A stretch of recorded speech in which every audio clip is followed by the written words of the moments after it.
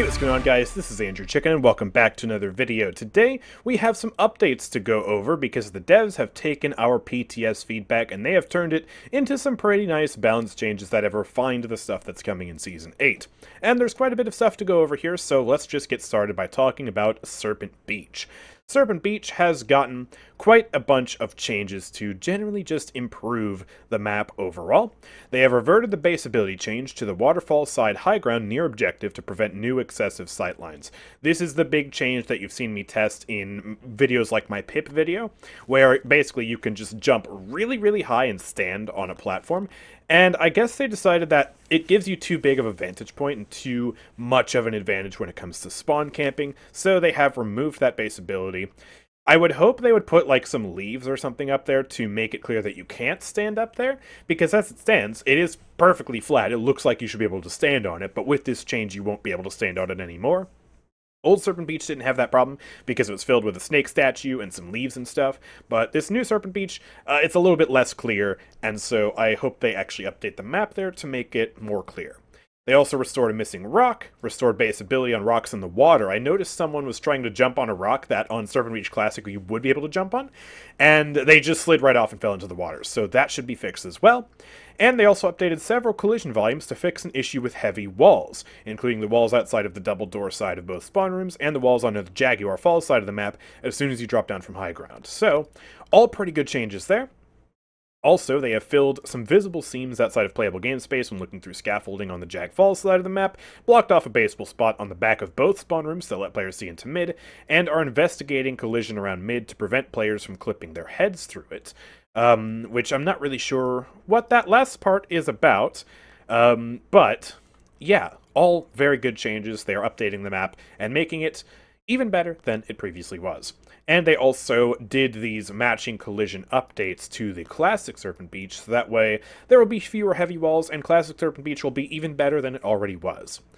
Now, let's take a look at balance, because there are quite a bunch of balance changes, first and foremost regarding items. There's been a lot of feedback on the items, and the devs are being a lot less heavy-handed. I think a strategy that the devs generally try to employ is they do go pretty hard with the balance changes. They are very heavy-handed with what they do, and then they tone things back based on community feedback. And that's really a lot of what they've done here. So Deft Hands, instead of changing the reload speed cap, a fundamental rule of Paladins that's existed since the dawn of time, they've decided, alright, that's too much. Let's just, instead of doing that, reduce the price down to 200, 400, 600, which is, in my opinion, a pretty good change. Deft Hands isn't a super popular item, and this will make it a little bit more savory to pick up on the characters who do need to reload. And also, for Damage Damba in particular, this means that now Deft Hands has the same price scaling as Resilience, meaning he can ramp it up just as fast, so definitely a buff to Damage Damba players now. And I guess Scuttle players too, but Scuttle is still retaining its nerf, so it is what it is. Rejuvenate, though, they are completely and utterly reverting Rejuvenate.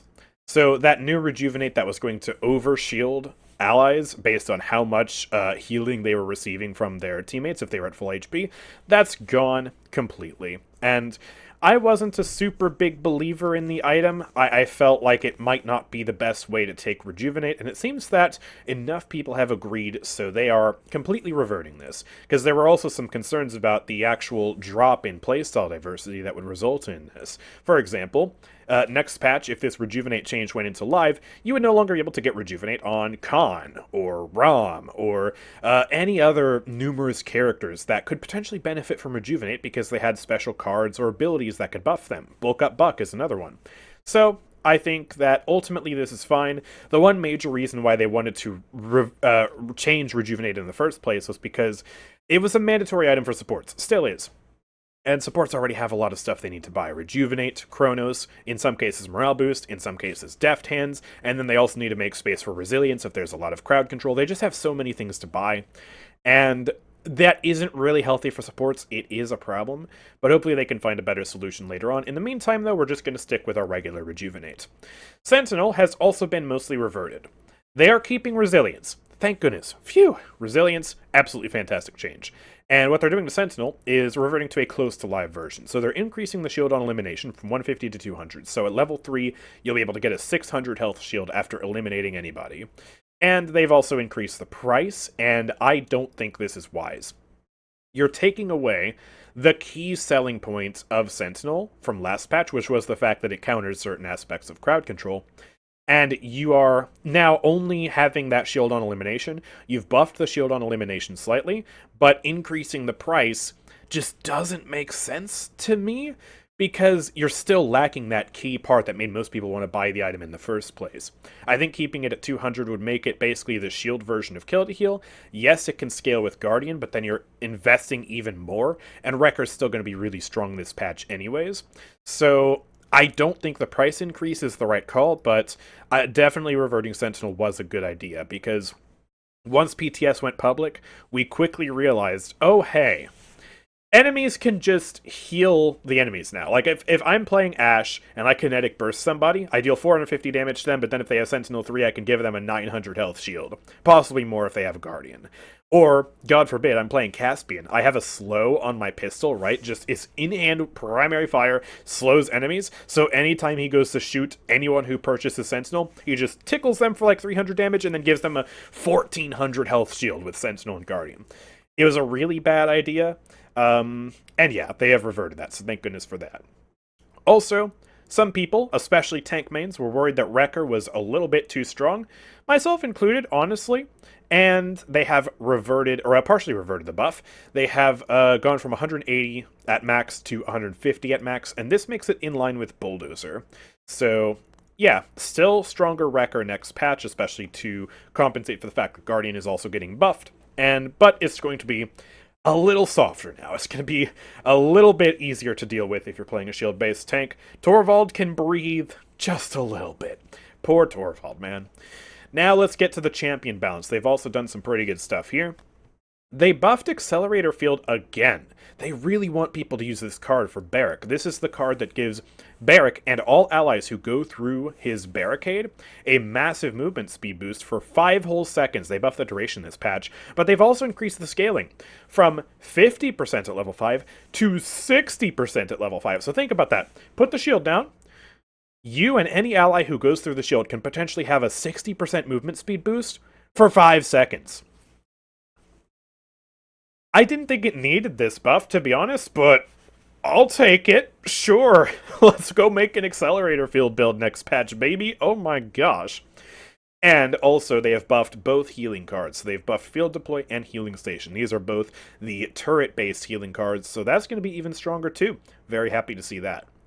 Dredge is getting a buff to the base Abyssal Reload. This is the non-Scuttle version, so the one that just does direct damage. This now will deal 1,000 damage instead of 850. And this is actually something I suggested, but wasn't entirely confident that it would be a good idea. It was just something I said to get people thinking about it. And I guess the people who thought about it said, yeah, that might actually be a good idea. And the reason I said that is because back in the day, like way back, they nerfed the base Abyssal Reload specifically to nerf Scuttle. So instead of just making Scuttle deal like 200 less damage on the reload, they just gutted the base reload completely. They took it from 1,000 down to 850. And so I was like, hey, if we're able to control the damage on Scuttle now, why not just buff it back? And I guess they decided that's a good idea.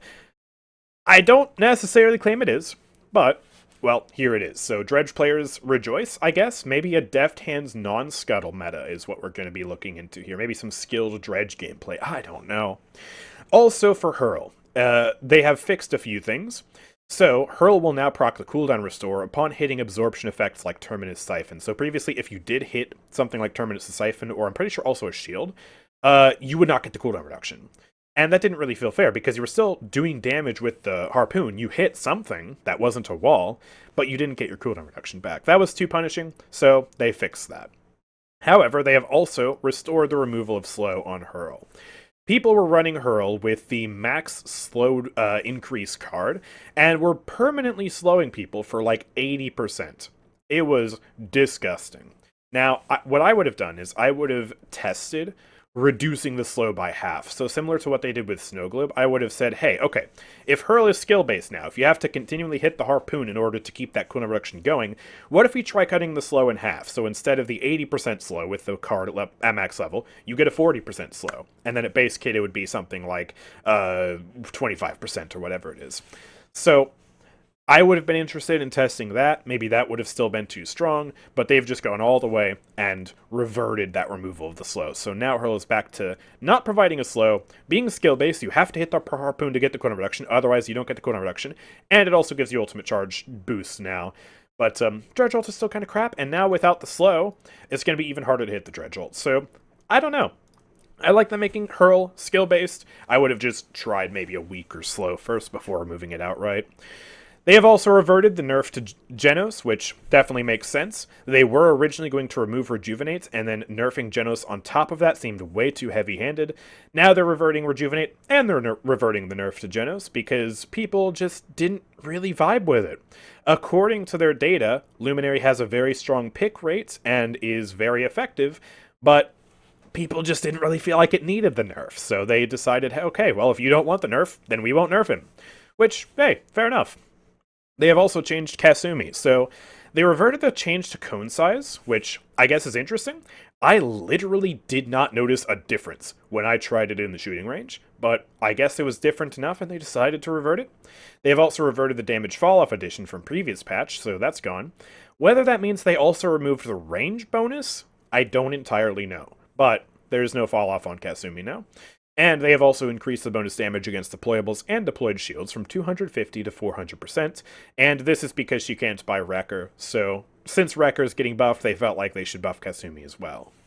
Moji's Morning Breath is getting a slight change to its functionality. They're looking into making the card restore a percentage of sparkle on enemy hit, instead of having a % chance to make it not consume sparkle.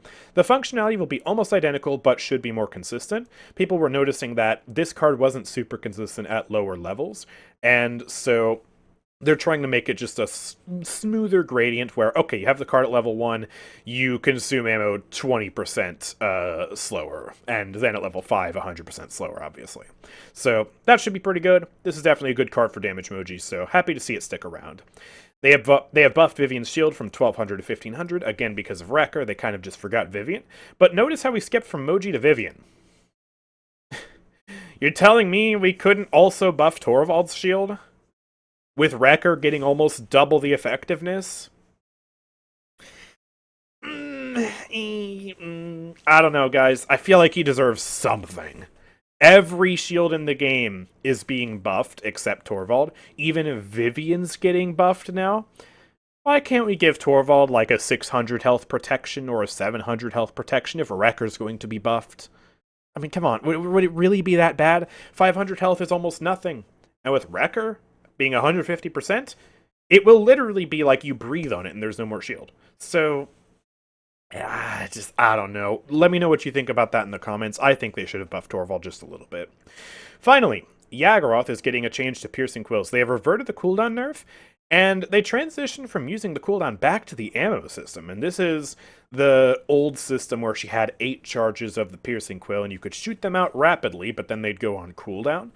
And I guess they felt that this had too strong of an interaction with cooldown reductions, so they reverted it. I don't know. I don't know enough about Yagorath to really say if this was too strong or if this is a good idea. I liked how clean it was, that it was just one charge with a low cooldown. I felt that it made sense intuitively, but I don't know. I have no dog in this fight whatsoever. I'm just glad wall abusing is gone. So that is the Yagorath change, and those are all the changes coming as a result of PTS feedback. So the upcoming Season 8 update is going to look even better now, because a lot of the big balance pain points that a lot of people pointed out are mostly being resolved. So Sentinel is getting reworked, or reverted, thank goodness for that. Rejuvenate is getting reverted, a lot of people will be happy about that. Deft Hands isn't going to be quite so weird, that's pretty cool. Wrecker isn't going to be quite so strong, that's pretty good. And most of these balance changes are pretty good. No nerf to Jenos, fix to Moji, buff to Vivian's shield, Dredge getting some changes that hopefully will be good. We'll just have to see. I'm sure the Dredge mains will be leaving their feedback in the comments section down below. I don't have too much of a say when it comes to Dredge. I try to keep my nose out of that discussion because he's another character that I don't really do much about. I suggested this Abyssal Reload change. I have my opinion about Hurl having like a half slow instead of a full slow removal, but I mean, take them or leave them. If I'm wrong about those, then I'm wrong about those. That's absolutely fine.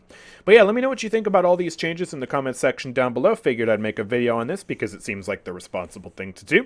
And yeah, if you guys have enjoyed, make sure to drop a like, subscribe, turn on notifications, and also check out all the things in the description. I have a Twitch channel where I stream live. I have a Discord server you can join.